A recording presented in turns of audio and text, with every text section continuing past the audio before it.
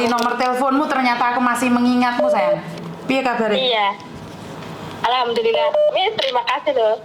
Nggak sengaja ketemu sama Miss. Oke. Piye kabar ini, Ya, kasusmu betul, sudah kan? selesai belum sayang? Sudah. Piye Sudah. ceritanya sayang? Ceritanya waktu itu kan dia memperagakan apa yang terjadi. Oke. Tapi di situ dia sendiri juga ini Miss, dia sendiri juga peragaannya itu beda dari apa yang dia laporkan di kepolisian, itu nggak sama dengan kejadian. Oke. Terus dari yang dilaporkan dari rumah sakit itu juga nggak sama dengan kejadian. Dan yang diperagakan di sidang itu juga nggak sama dengan yang di kejadian. Oh, oke. Jadi 3 kali dia di persidangan itu, dia kan 3 kali peragaan ya, 3 kali peragaan. Itu nggak sama semua dan ucapannya itu beda-beda. Mbak, sorry, waktu itu nih sampean di sidang kamar berapa sih? Aku kan di kamar 1, sampean sidang di ruang berapa? Ruang 3. Oh, soalnya aku mau nyari sampean, kan aku udah selesai nih kasusku, golek sampean aku putus kan, aku dampingin mbak-mbaknya yang data ganda itu. Aku pengen golek sampean. Waktu itu aku juga mau cari Miss Juni, katanya udah pulang.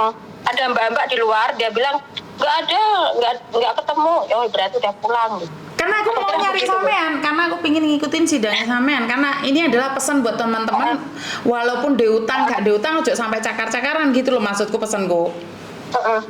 Terus keputusannya gimana sayang? Pada akhirnya kan dia memperagakan beda terus nih. Terus akhirnya?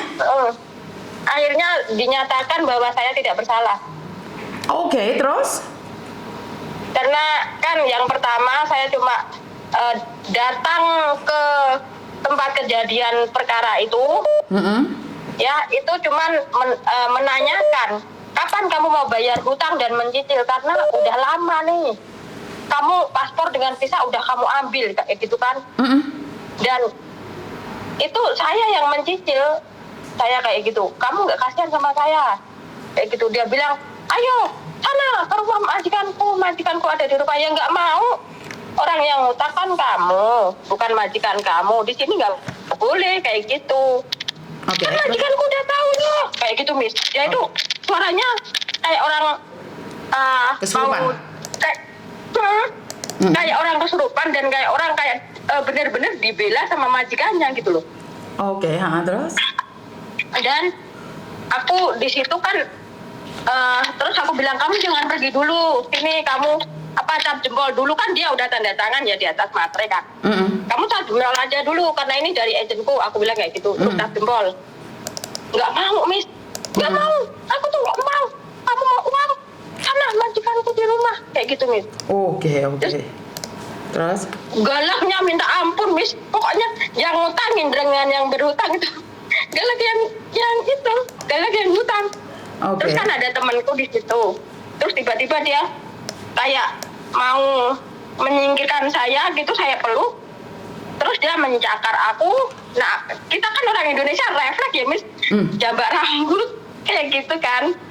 Itu terus kita lepaskan, tiba-tiba dia terjatuh dengan sendirinya kan, terus dia di bawah, aku langsung manep gitu di atasnya kan, kayak gitu kan nggak sengaja. Itu katanya aku tuh menginjak-injak dia katanya. Nah di situ udah salah lagi. Terus habis itu anaknya kayak momongan dia, bukan anak ya Miss, kita nggak bilang anaknya ya, kita bilang momongan dia ya, karena memang bukan anak kita di sini. Itu momongan dia kan nangis, jangan pukul ceceku, kan nggak ada yang mukul, jangan dipukul kayak gitu. Iya, nggak ada yang mukul gitu.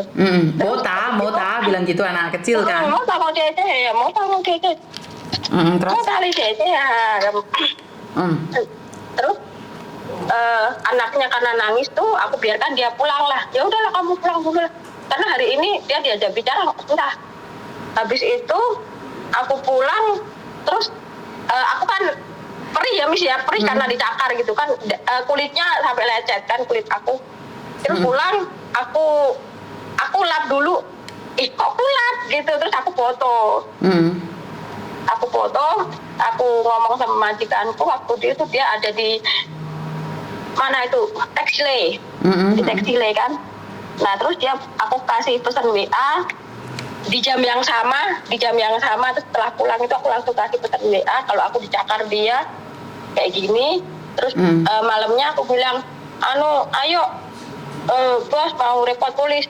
Kayak gini aja mau report polis, orang sepele, kalian kan udah gede kayak gitu kan. Terus ya wes lah, kalau nggak boleh ya nggak apa-apa, sementing aku wes ngomong.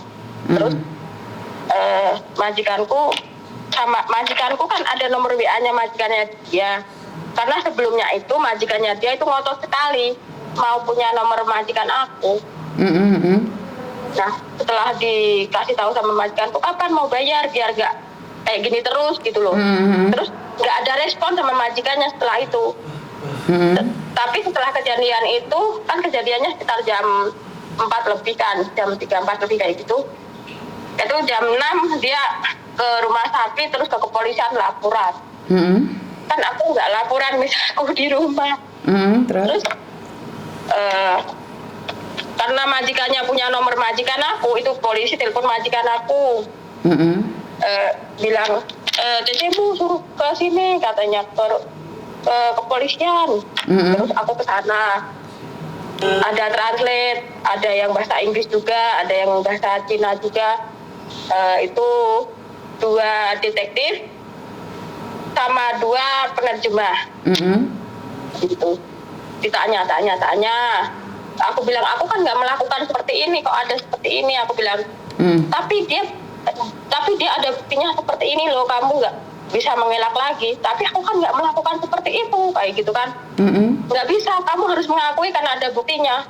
Lah saya nggak melakukan, kenapa saya harus mengakui, aku bilang kayak gitu. Ya buktinya ada loh, kalau kamu nggak mengakui kamu di penjara di sini tidur malam. Nah terus aku bilang gini, oke, memang kejadian ini ada, tapi aku tidak memukul, aku bilang kayak gitu. Nah di situ tapi tiba-tiba dia bilangnya aku menyetujui karena aku telah memukul. Loh kok begini? Iya, ini kamu harus setuju, kalau kamu nggak setuju kamu di sini kayak gitu.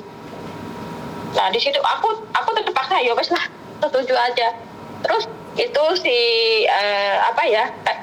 tadi detektifnya perempuan satu, dia bilang kamu nggak apa-apa, kamu setuju aja, nanti di sana kamu bakal dapat pengacara yang hebat, dia bilang kayak gitu. Nanti di sana kamu bisa itu cerita di sana, nanti di sana dia akan membela kamu. Ya udah aku setuju lah. Seperti itu. Akhirnya aku kan ke sana kan agak sore sekitar jam berapa, jam 2-an kayak gitu. Aku pulang sampai jam 7 karena ditanya lama banget. Seperti itu. Jadi itu 3 kali, setelah kesana 1 kali itu sampai jam 7, terus datang lagi sebulan kemudian 1 kali, terus satu bulan lagi 1 kali lagi datang, cuma tanda tangan doang. Kayak gitu 3 kali datang tanda tangan. Habis itu ke persidangan tuh yang pertama memang dari kepolisian sampai persidangan sampai sekarang aku sendiri, aku nggak pernah ditemenin siapapun. Terus di persidangan pertama itu aku disuruh mengaku, pokoknya aku harus mengaku di situ. Aku bilang aku nggak melakukan, aku bilang kayak gitu. Kenapa aku harus mengaku? Aku minta banding, aku bilang kayak gitu. Terus sidang yang kedua itu lebih parahnya sidang yang kedua, karena sebelum sidang yang kedua kan aku harus ke pengacara, kita kayak ngobrol kejadian yang pertama sampai akhir, sampai kayak gini gitu, itu harus diobrolin. Terus pas mau sidang, bener-bener aku di situ tuh menangis. Kenapa? Aku menolong dia, kenapa dia balasannya sama aku kayak gini? Oke. Gitu loh, Ini gara-gara utang ya Mbak ya? Iya, itu karena dia sendiri tuh kan suka menggantikan paspor, Miss. Bukan aku. Terus habis itu persidangan itu di pending lagi sampai persidangan yang ketiga itu aku sendiri.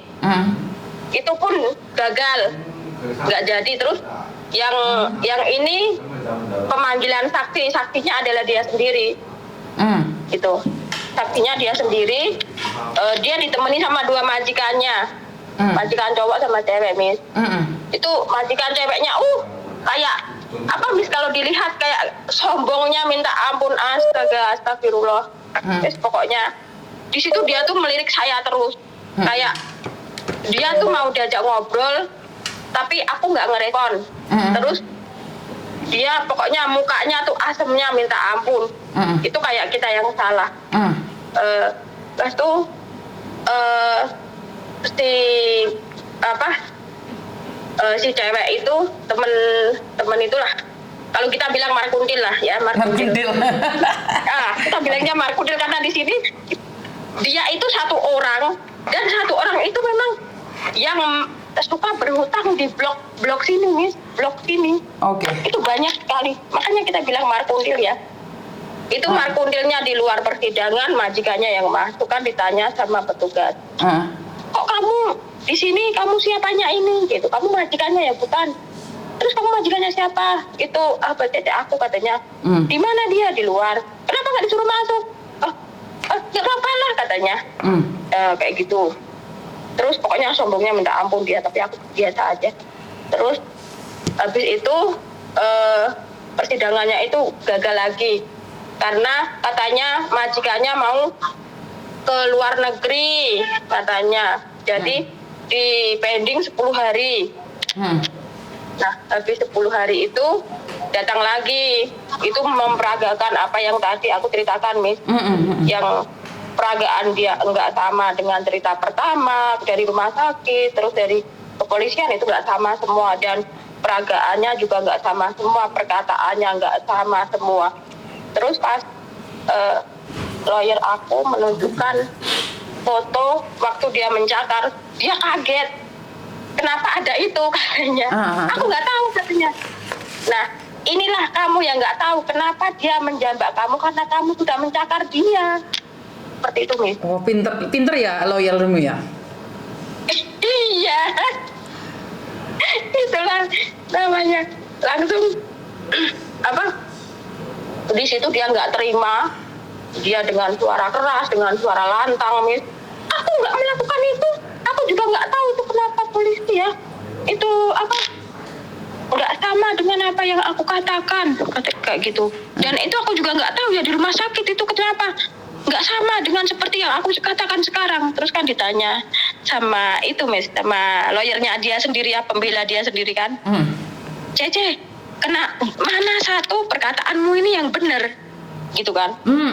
Ya yang sekarang ini yang saya katakan. Jadi ini yang benar, iya. Lah yang dulu kamu katakan nggak seperti ini loh, kayak gitu. Terus? Iya, ya seperti ini, gitu kan, dia ngeyel, Miss. Terus di situ aku pertama kali dinyatakan bersalah. Oke, aku terima, Miss. Terus lawyerku bilang membela. Kan ini kayak tadi dia bilangnya begini, sekarang kenapa dia bilangnya seperti itu, kok nggak sama seperti itu. Dan dia juga kenapa laporan di kepolisian dengan di rumah sakit itu nggak sama, kenapa jadi seperti itu, gitu kan. Terus sidang ditunda kayak gitu. Jadi mungkin hakim masih memikirkan kan. Nah, ditunda sampai berapa hari ya kemarin, 1 minggu kayaknya, hampir 1 minggu, Miss. Terus nanti datang jam 2.30 gitu. Tapi aku nggak takut. Maksudnya aku tuh perasaannya tuh agak seneng, kayak agak ada yang bebas kayak gitu. Seperti itu. Terus waktu datang ke sana dibacakan dari atas sampai bawah yang kejadian pertama sampai kedua, dari persidangan pertama sampai persidangan terakhir, dan dari perkataan dia yang bolak-balik itu akhirnya diputuskan kalau aku tidak bersalah, nih di situ.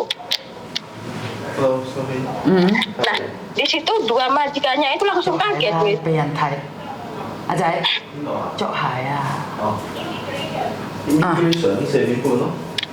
Ya, terus? Jadi terus setelah majikannya kaget itu mereka langsung pulang berdua. Oke. Berarti kamu diputuskan Terus, tidak bersalah, bener nggak? Bener, Terus? aku tidak bersalah. Terus dia sendiri apa efeknya karena melaporkan seperti itu? Ada nggak hukuman buat dia? Nggak ada. nggak ada, dan semua filenya itu disimpan di pengadilan kalau mungkin dia ada apa-apa kayak gitu kan. Nah, yang ingin saya tanyakan ke Miss Juni kan kemarin persidangan bilang nanti setelah belum Miss, yang terakhir itu aku disuruh ngambil uang simpenan kan, aku ada nyimpen uang di benar. pengadilan yang 500 itu kan, itu dikasih kembali.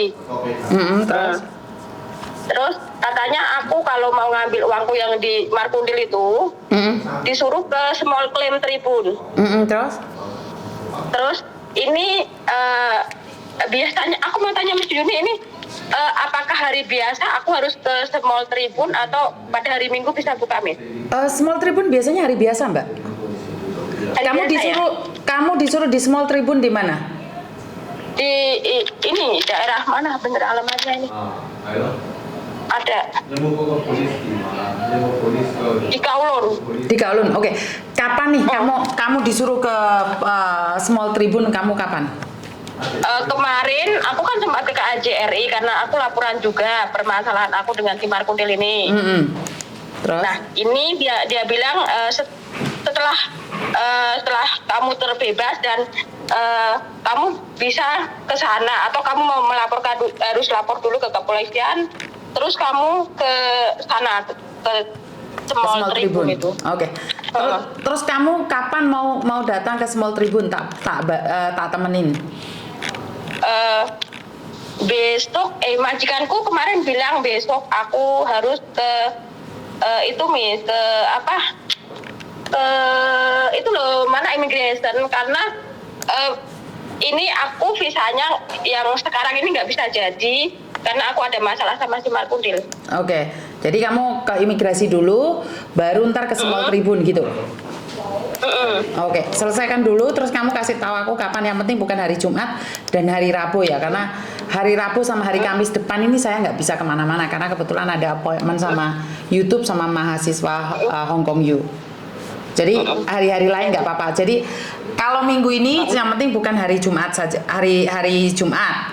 Tapi minggu depan jangan hari Rabu, Kamis, Jumat itu saya nggak bisa.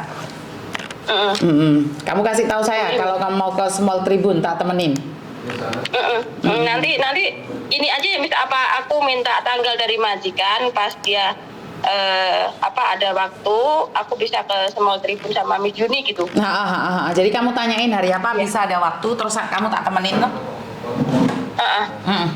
Boleh Miss, Boleh nggak apa-apa saya. Banyak ya Miss ya. Iya, sama-sama. Makasih banyak. Jadi artinya adalah ada pesan nggak buat teman-temanmu ojo cakar-cakaran? Ya, pesannya ini loh, jangan karena kalian itu pengen mengirimkan duit ke calon mertua atau ke manapun, kalian tuh menggadekan barang penting. Tapi akhirnya kalian minta bantuan sama temen, terus nggak bayar gitu. Jadi temenmu yang harus bayar, dan itu salah sekali. Dan ketika ditagih itu, jadinya nanti kayak aku. Iya, intinya adalah jangan cakar-cakaran. Intinya jangan cakar-cakaran. Kalau bisa, kalau ada masalah langsung dilaporkan aja. Tapi harus ada buktinya. Kalau nggak ada buktinya nggak bisa. Oke, siap. Jadi tanya sama maji kamu kapan kamu bisa. Jadi yang seperti saya katakan, kalau hari Minggu ini hari Jumat aku nggak bisa karena Sabtu Minggu mereka tutup. Tapi kalau minggu depan saya Rabu, Kamis, Jumat nggak bisa. Jadi terserah. Oke? Iya Miss, oke Miss. Oke, Nanti thank aku you. kasih tahu Miss Juni ya Miss. Oke, tak tunggu ya sayang ya. Makasih banget ya Miss ya. Bye-bye. Oke, ini kejadiannya sudah beberapa minggu yang lalu, 1 bulan yang lalu kurang lebihnya. Jadi saya waktu di pengadilan itu, waktu mendampingi mbak-mbaknya yang sudah menyerahkan diri dan sidang, saya ketemu dengan mbaknya yang lagi cakar-cakaran kena kasus dan sidang. Nah, dari situ saya ingin mencari dia, tapi ternyata saya tidak bisa ketemu sama dia. Jadi buat teman-teman, ini adalah pesan secara langsung dan tidak langsung, mungkin tidak pernah diangkat di media sosial yang lainnya, dimana jangan cakar-cakaran, jangan minjemin uang ke temannya. Wes, dibilang sadis yo ben, dibilang nggak punya hati yo ben, daripada giliran nagih kamu difitnah dan akhirnya masuk di tribunal atau sampai masuk di court atau sampai masuk di persidangan. Ini sangat memalukan sekali ya. Jadi biasanya uang sing diutang itu manis saat cek nyilih duit, tapi lewes duit dijauh, itu jadi pertengkaran yang sangat dahsyat sekali. Jadi saya tidak menginginkan itu. Buat teman-teman, terima kasih sekali. Doa saya buat kalian semua dan kurang lebihnya saya minta maaf. Wassalamualaikum warahmatullahi wabarakatuh. Berkat Tuhan mengalir atas hidup kita semua. Semoga semua makhluk hidup bahagia dan terima kasih. Bye-bye.